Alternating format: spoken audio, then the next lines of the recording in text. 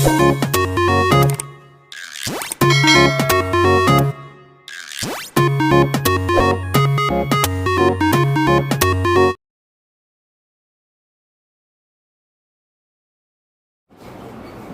खड़ी linear equation in to, कैमरे पे आओ उधर देखो सामने, मेरे को मत देखो। Linear equation in two variable का जो भी मतलब तुम्हें समझ, जितना भी तुम्हें समझ में आए,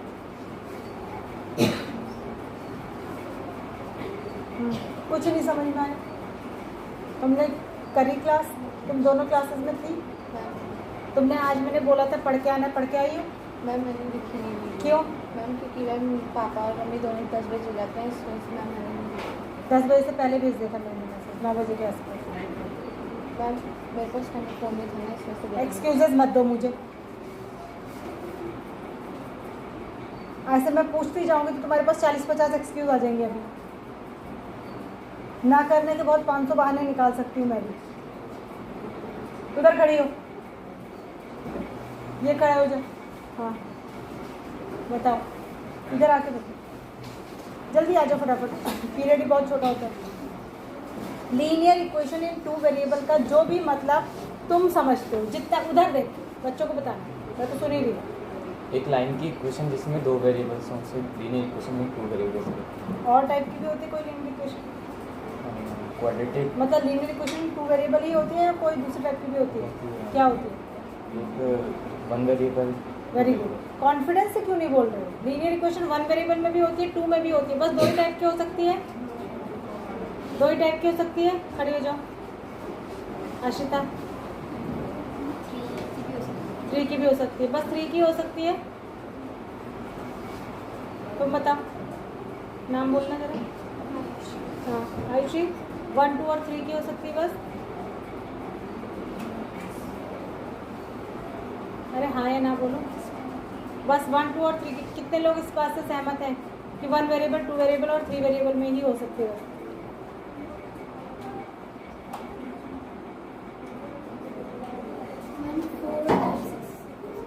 वेरी गुड, क्लैपिंग करो उसके लिए। क्या नाम है तुम्हारा? मुस्कान। लीनियर इक्वेशन कितने भी वेरिएबल में हो सकती है, बस डिग्री 1 की इक्वेशन होनी चाहिए। 2 वेरिएबल में भी होती है, 3 में भी होती है, 4 में भी बना सकते हैं, 5, उसमें क्या, उससे क्या मतलब हुआ? बस हाँ ये है कि अगर हमें वेरिएबल की वैल्यू निकालनी पड़ेगी तो जितने वेरिएबल हैं उतनी ही इक्वेशंस चाहिए। तो ये कोई सेट नहीं है कि एक वेरिएबल में या 2 में ही हो सकती है, कितने में भी हो सकती है। तुम पढ़ना मत, 9th में भी नहीं पढ़ा, जैसे तैसे करके 10th में पहुंचे, अब 10th में मत पढ़ना, ठीक है? 15 बच्चे 18 बच्चे फेल हुए थे 9th, तुम अपने आप को लकी समझो कि 10th में पहुंच गए, और उसके बाद भी पढ़ना नहीं है जहाँ बोर्ड देना है। या मैंने पढ़ाया नहीं हो तो बता दो, मैं अभी रिकॉर्ड भी हो रहा है, मैंने नहीं पढ़ाया है, उसके बाद तुमसे पूछ रही हो तो बता दो तुम। क्यों? बैठो तुम, बैठो। रूपांशी, मैंने नहीं पढ़ाया तो तुम क्यों नहीं पढ़ रही हो? छोटी छोटी बातें, जो अभी सेशन शुरू ही हुआ है, तीसरा चैप्टर चल रहा है, छोटा सा चैप्टर ही है। जब चैप्टर अब खत्म होने वाला, अगर मैं आज की क्लास ले लूँ तो चैप्टर कंप्लीट, 1 या 2 दिन में चैप्टर कंप्लीट हो जाएगा, तो हम उसके बाद पढ़ेंगे। जब 4th शुरू हो जाएगा तब तुम 3rd पढ़ने चलोगी। भाई थोड़ी खुद भी तो क्यूरियोसिटी होनी चाहिए। मान लिया मैं उस दिन नहीं आई, मैंने वीडियो भी, कल तो मैंने वीडियो डाली, चलो मैंने वीडियो भी नहीं देखी या कुछ नहीं देखा, अरे भी थोड़ा सा एक दूसरे से पूछ के कल क्लास में क्या पढ़ाया, मैं नहीं आई थी, मैं अगले दिन आई, मुझे भी थोड़ा बता दो। एक से एक अच्छे बच्चे भी हैं तुम्हारी क्लास में, चलो स्कूल नहीं आई थी, ट्यूशन जा रही होगी, तो तुम्हें पता ही नहीं है लीनियर इक्वेशन टू वेरिएबल किसको कहते हैं। और ये तो नाम से ही क्लियर है, इसमें अगर क्लास नहीं भी पढ़ी तो भी हम बता सकते हैं। बैठो, बैठ जाओ। दूसरा क्वेश्चन, जब हम लीनियर इक्वेशन की प्लॉटिंग करते हैं, प्लॉटिंग कहाँ पे करेंगे? ग्राफ में। लीनियर इक्वेशन की जब प्लॉटिंग, हैंड रेस करेंगे, आप चिल्लाएंगे नहीं। जब लीनियर इक्वेशन की प्लॉटिंग करेंगे तो क्या क्या कंडीशन हो सकती है? 3 नाम भी बोलो बेटा, इधर आ जाओ। ये टेस्ट ही है, यही टेस्ट है एक तरीके का, ये भी टेस्ट ही है। वो वाले टेस्ट में तो आप नकल तब भी कर लेते हैं, हाँ बेटा उधर सामने। क्या क्या कंडीशन, नाम बोलो। गुंजन, जोर से बताओ क्या क्या कंडीशन हो सकती है। इंटरसेक्टिंग, हम्म, पैरेलल और ओवरलैपिंग। ओवरलैपिंग, ओवरलैपिंग का दूसरा नाम क्या होता है। कोइंसिडेंट। कोइंसिडेंट। ठीक है, 3 कंडीशन हो सकती है, इसने बता दी। क्या हम सिर्फ प्लॉट करके, अब तुम नहीं बताओगे, क्या हम सिर्फ प्लॉट करके बैठ जाओ, प्लॉट करके ही बता सकते हैं या बिना प्लॉट करे इक्वेशंस को देख के भी बता सकते हैं कि वो इंटरसेक्टिंग है, ओवरलैपिंग है या फिर पैरेलल है। इधर आके बताओ, पता भी तो चलना चाहिए कौन बता रहा है। सामने सामने आ गया, नेम बताओ। सौरभ। मैम प्लॉट करने की जरूरत नहीं पड़ती, वैसे ही बता सकते हैं। प्लॉट तब करेंगे जब कहा जाएगा प्लॉट करेंगे, वैसे ही बता सकते हैं। वैसे कैसे बता सकते हैं। मैम अगर A1/A2 ये अरे A1/A2 है क्या, मुझे तो बताना पड़ेगा, वहाँ बताओ। A1/A2 मैम अच्छा चलो तुम अपना पहले बात पूरी करो फिर मैं पूछती हूँ। मैं A1/A2 कहते हैं अगर नॉट इक्वल होगा B1/B2 के तो इंटरसेक्टिंग लाइन होगी।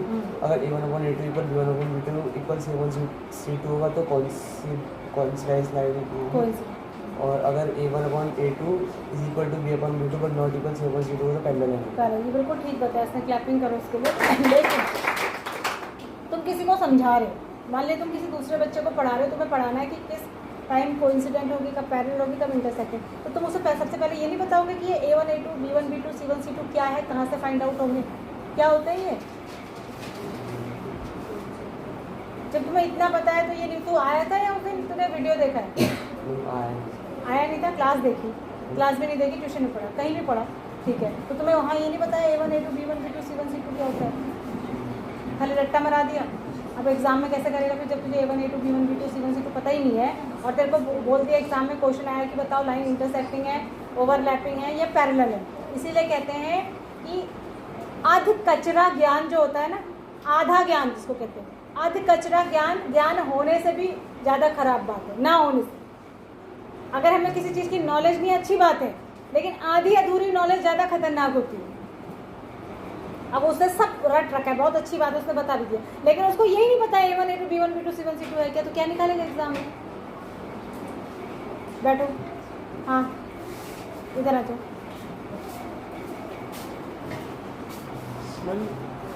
उधर, हाँ सागर बैठो।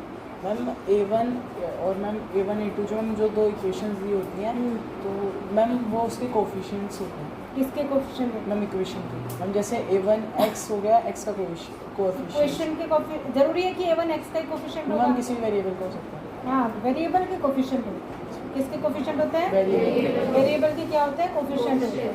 ठीक है, अब ये कोफिशिएंट हम निकालेंगे कैसे, किससे कंपेयर करके निकालेंगे, कौन बताएगा। इक्वेशन को किससे कंपेयर करके बताएंगे कि A1 ये है B1 ये है। हाँ आ जाओ, तुम जाओ, आपस में नहीं करेंगे। हाँ स्टैंडर्ड फॉर्म से। क्या नाम है तुम्हारा। इधर आ जाओ। हाँ, प्रियांशी नाम है। स्टैंडर्ड फॉर्म से कंपेयर करेंगे, क्या होती है standard form. Ma'am AX + BY = C। ये नहीं, स्टैंडर्ड फॉर्म ये नहीं होती है। AX + BY माइनस नहीं, हाँ लीनियर क्वेश्चन पूछो, x² बता रहे हो, क्वाड्रेटिक। हाँ मैम A1x + B1y + C = 0। नज़दीक नज़दीक बताया ठीक नहीं होता। A1 और A2 की बात तो हम तब करेंगे जब 2 की बात कर रहे हैं। Ma'am AX + BY + C = 0। 0 AX + BY + C = 0। This is the standard form. ठीक है, बैठ जाओ, बैठ जाओ।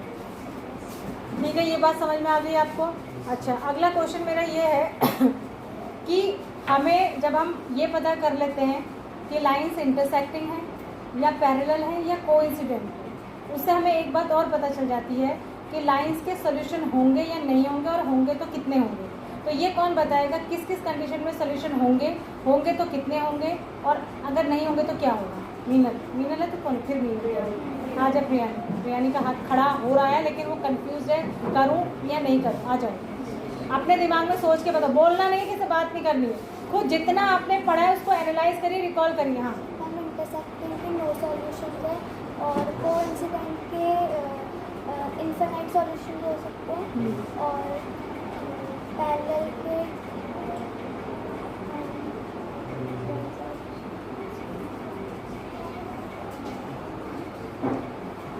साइड में खड़ी। सही बताया इसने, एक सही बताया, दो गलत बताया। मैम भैया मैम इंटरसेक्टिंग का एक सोल्यूशन होता है, पैरेलल के 0 सोल्यूशन होते हैं और ओवरलैपिंग के इन्फिनाइट होते हैं। Very good. क्यों? इसको एक्सप्लेन करो उधर।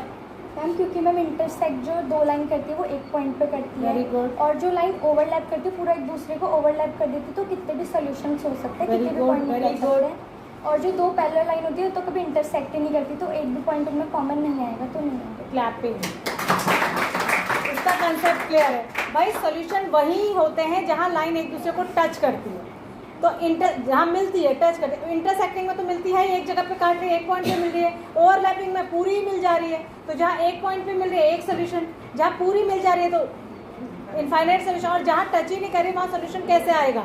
तो वहाँ नो सोल्यूशन होता है। बैठ जाओ, वेरी गुड, बैठ जाओ। तुम भी, क्या नाम है इसका? सुप्रिया। अगला क्वेश्चन मेरा ये है, इसका लास्ट कंसेप्ट जो था, उसके बाद तो हमें एक्सरसाइज ही करनी रह गई थी और हम मेथड्स ऑफ सॉल्विंग पढ़ रहे थे, जो पहली ही वीडियो, पहली ही क्लास इंपॉर्टेंट थी। चाहे आपने यहाँ पढ़ी, चाहे आपने घर में देखी, या आपने खुद से पढ़ा, लेकिन उसका कंसेप्ट ज़्यादा। और ये सारे क्वेश्चंस आते हैं, अभी मैं बताऊंगी आपको। अगला क्वेश्चन मेरा ये है, इसमें एक क्वेश्चन और आता है कि लाइन कब कंसिस्टेंट होती है और कब इनकंसिस्टेंट होती है। आ जाओ, नाम बोलो, जोर से बोलो। गौरव। मैम कंसिस्टेंट तब होती है जब इंटरसेक्ट करती है, और पैरेलल होती है तो इनकंसिस्टेंट होती है, और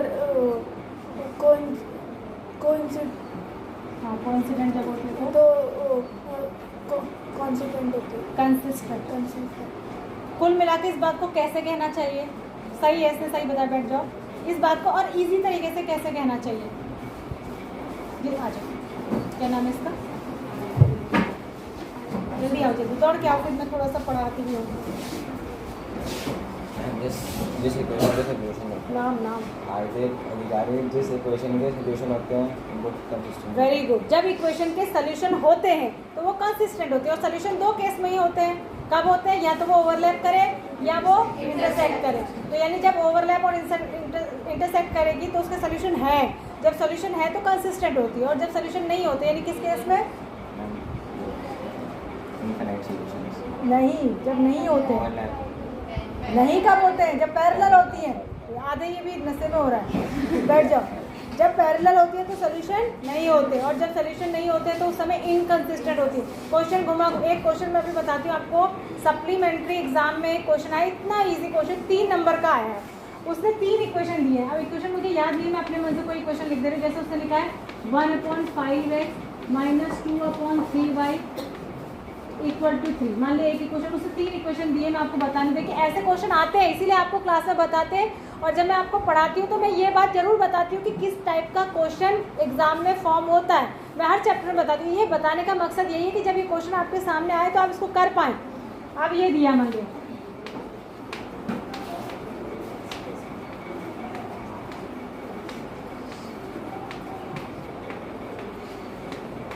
ये दिए 3 इक्वेशन उसने दी थी। ये क्वेश्चन अभी सप्लीमेंट्री जो मैं कॉपी चेक करके आ रही हूँ उसी में एक क्वेश्चन था, 3 नंबर फ्री के थे। इसमें कुछ नहीं करना, आपको 2 मिनट का टाइम लगना था। उसने दिया था 2 बातें इसमें उसने कही थी। उसने कहा था एक तो हर इक्वेशन को स्टैंडर्ड फॉर्म में लिखो, ठीक है, और स्टैंडर्ड फॉर्म में लिखने के बाद इसके ABC बता दो, यानी इसके कोफिशिएंट बता दो।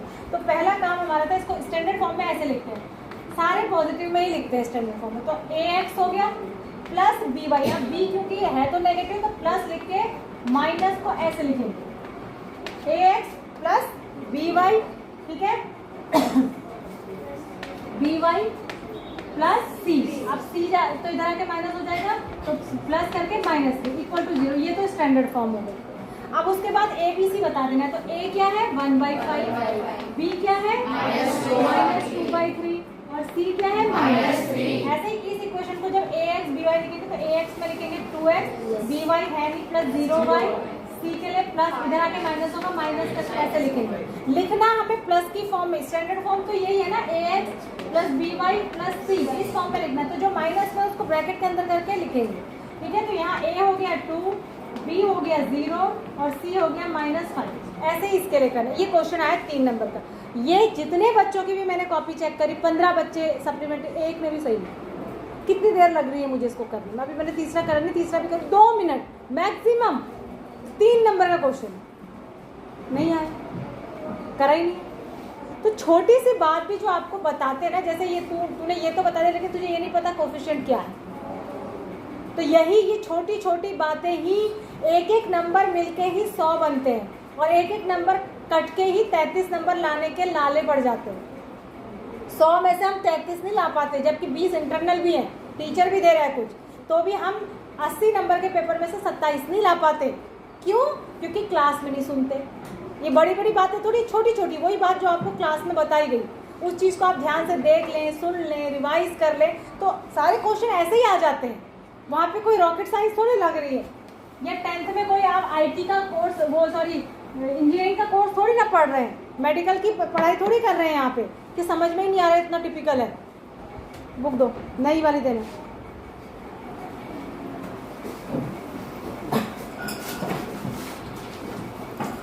आ जाइए, इसका सब्स्टिट्यूशन वाली एक्सरसाइज चल रही थी आपकी। पढ़ाई नहीं करते हैं ना, तो आपको जब पूछो तब तो आपको खुद पता लगना चाहिए कि मैंने नहीं पढ़ा तो मुझे नहीं आ रहा है। ये बात हमें खुद को क्लियर होनी चाहिए कि मुझे कितना आता है। इसमें मैंने आपको कितने क्वेश्चन बता दिए थे? थर्ड का एक्सरसाइज 3.2 में थर्ड का फर्स्ट बता दिया था। सेकंड का देखो, मैं खाली क्वेश्चन बनानी बता रही हूँ, आप समझ लीजिए, घर जाके आपने करना खुद ही है। इस लेवल पे आके सब आपको पूरा करके नहीं बोर्ड पे दिया जा सकता। आपको अभी आप कुछ नहीं कर रहे हैं, जब सब उतार लिख के दे दूँगी तो आपको उतार ही देंगे। वैसे भी आप उतारते हैं बहुत जगह से, मुझे पता है, और मैं आपको और सहूलियत दे दूँ ऐसा। अगला देखो, the larger of 2 supplementary angle exceeds the smaller by 18 degree.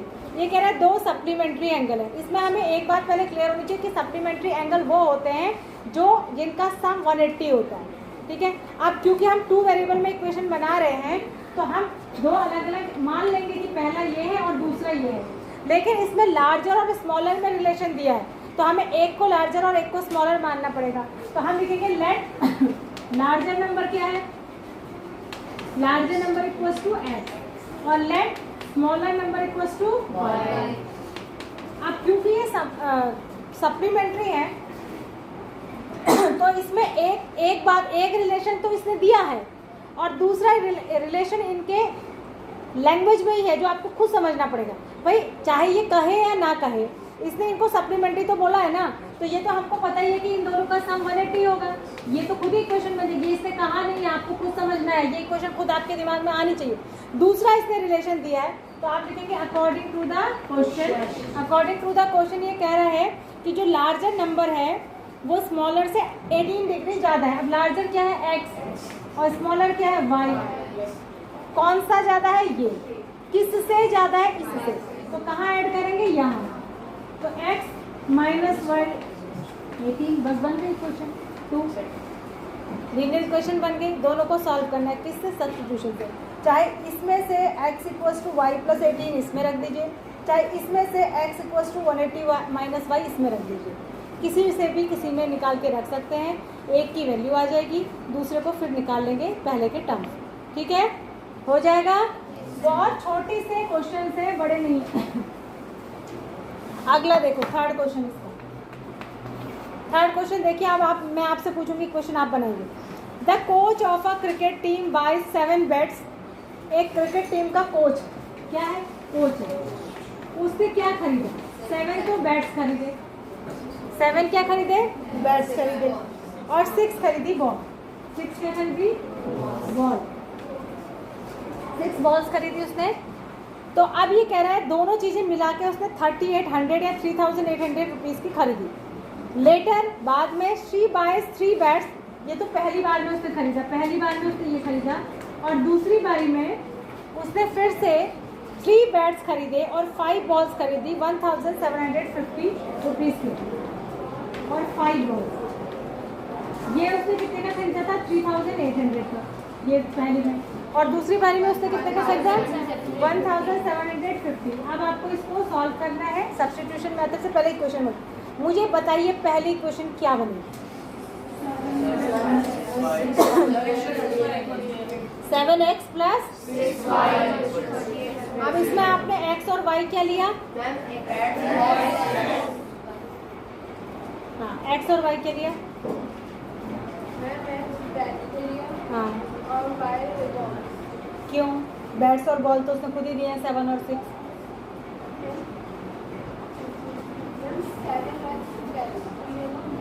Bats तो उसने खुद 7 दिए, 7x बैट्स को कैसे ले लोगी? यही तो क्लियर करना है। एक ही लड़की को आता है पूरी क्लास में, खड़े हो जा। हाँ जोशी जी खड़े हो जाओ। हाँ एक्स एक बैट या बॉल की कॉस्ट है। Very good, clap. अरे भैया हमको टोटल क्या दिया है? कॉस्ट दी, टोटल कॉस्ट तो दिया है। तो भाई बैट, नंबर ऑफ बैट्स और बॉल तो दिए ही हैं, तो हम लिखेंगे कि लेट, हमें टोटल में क्या दिया है जिसको हम इक्वल टू में रखेंगे। ये हमें मनी दिया है कि नहीं मनी दिया है? कॉस्ट दिया है तो हमें कॉस्ट तो लेनी पड़ेगी। हम लिखेंगे लेट, कॉस्ट नहीं कहते उसको, रेट कहते हैं जो एक का होता है। Rate of a bat equals to X. तो रेट, तो देन देयरफॉर या कुछ भी लिख लो, देयरफॉर कॉस्ट ऑफ 7 बैट्स, तब लिखोगे 7x। इसी तरीके से let rate of a ball equal to y, therefore cost of 6 balls equals to 6x। अब होगा according to the question 6y। अब होगा अकॉर्डिंग टू द क्वेश्चन जो 7 बैट्स की कॉस्ट है और जो 6 बॉल की कॉस्ट है, टोटल मिला के हमें कितने पैसे देने पड़े, ये टोटल कॉस्ट है। ऐसे ही सेकंड इक्वेशन क्या बन जाएगी? इक्वेशन 1 सेकंड इक्वेशन बन जाएगी 3x plus 5y equals to 1750। ये बात समझ आ रही है? आप वही करना है, सब्स्टिट्यूशन से सॉल्व कर लेना। समझ में आया? क्वेश्चन क्लियर होना चाहिए, क्या दिया है, क्या निकालना है। अगला देखो, इसका फोर्थ देखो, सॉल्व आप खुद करेंगे। क्वेश्चन को सॉल्व करना मैंने कल बताया था। The taxi charges in a city consist of a, देखो ये बहुत इंपॉर्टेंट क्वेश्चन है, इसके ऊपर इंपॉर्टेंट लिखो, मोस्ट इंपॉर्टेंट, क्योंकि इन सारे क्वेश्चन में ये चौथा और पांचवा क्वेश्चन ही थोड़ा टिपिकल है। चौथे के बाद जो है वो थोड़ा टिपिकल है। The taxi charges in a city consist of a fix charge together with the, ये क्वेश्चन मैंने आपको कहीं पढ़ाया है पहले? ये छोटी क्लास में भी था किसी ने? नहीं होता, ठीक है। With the charge for the distance covered, with the charge for the distance covered for a distance of 10 kilometre the charge paid is 105 and for a journey of 15 kilometre the charge paid is 155। ठीक है, तो what are the दो एक शहर है जिसमें 2 तरीके के चार्जेस लगते हैं। अगर हमें एक जगह से दूसरी जगह जाना है, 2 तरीके के चार्जेस लगते हैं। क्या कह रहा है ये? आप fix charge together with the charge of the distance cover. एक तो फिक्स चार्ज लगता है, मान लिया मैंने कहा कि 10 रुपये फिक्स है, आप कहीं जा रहे हो मेरे ऑटो में बैठ के या मेरी गाड़ी में बैठ के, तो 10 रुपये तो फिक्स है। उसके अलावा डिस्टेंस जितनी कवर होगी उसके लिए भी पैसा अलग से पर किलोमीटर के हिसाब से लगेगा। ठीक है, तो मैंने कहा कि मान लिया पहली बार में वो कितना चला, पहली बार में वो चला 10 किलोमीटर, पहली बार में कितना चला 10 किलोमीटर। तो फिक्स चार्ज को मैं मान लेती हूँ x, फिक्स चार्ज को कितना मान लेते हैं x, और चार्ज पर किलोमीटर y। अब मुझे 10 किलोमीटर अगर जाना है तो ये तो लगेगा ही लगेगा, और साथ में जितने किलोमीटर गए उसके हिसाब से ये लगेगा, लगेगा नहीं लगेगा। और टोटल में कितना चली ना, टोटल पैसा कितना पे किया है 105। ये क्वेश्चन 1 हो गया। दूसरी बारी में मैं गई 15 किलोमीटर, तो ये तो मुझे लगना ही है, और 15 किलोमीटर के हिसाब से ये लगना है। टोटल मैंने 155 रुपीज़ दी। ये हो गई दूसरी क्वेश्चन। ठीक है, ये भी पैसा है, ये भी पैसा है, टोटल मिला के ये भी पैसा है जो मैंने पे किया। पूरी इक्वेशन में दोनों साइड एक ही चीज़ होनी चाहिए। ये भी क्या है, मनी है ना, ये भी क्या है, मनी है। 10 किलोमीटर में जो मैंने दिया और ये मिला के जो है ये भी क्या है, मनी है। बात समझ आ रही है? तो ये 2 इक्वेशन बन गई। एक में से x की वैल्यू 105 माइनस 10y हो जाएगी, उसको दूसरे में रख दो, या यहाँ से निकाल के उसमें रख दो। तो यानी लगातार तू ये बता कि इस मैथ्स के पीरियड में बाहर ऐसी कौन सी चीज़ टहलती हुई तुझे खूबसूरत दिखती है जो तुझे इस वर्क से ज़्यादा खूबसूरत दिखती है और ज़्यादा इंपॉर्टेंट लगती है कि मुझे बाहर ही देखना है। कल से प्रियानी मेरे पीरियड में यहाँ बैठेगी फर्स्ट सीट पे, वो वहाँ नहीं बैठेगी। क्लियर है सबको? ये कर लेंगे आप। इसके 2 क्वेश्चंस और बचे जो हम कल डिस्कस करेंगे। अगर अभी टेस्ट नहीं लिया हो तो ओरल तो ये अभी हो जाती एक्सरसाइज और कल अगली हो जाती, पर कोई बात नहीं। समझना, भागने से क्या मिलेगा, भागते भागते कर लेंगे सिलेबस और आपको आएगा कुछ नहीं। क्लास 10th है तो ऐसा भी नहीं कर सकते। अब ऐसा ही हुआ करेगा, जो मैं पहले पढ़ाऊँ, जिस दिन मैं कंसेप्ट पढ़ाऊँगी उसके अगले दिन मैं आपका ऐसे ही ओरल टेस्ट लूँगी, तो आप रिवाइज करके जरूर आएंगे, पढ़ के जरूर आएंगे। क्लियर है सबको?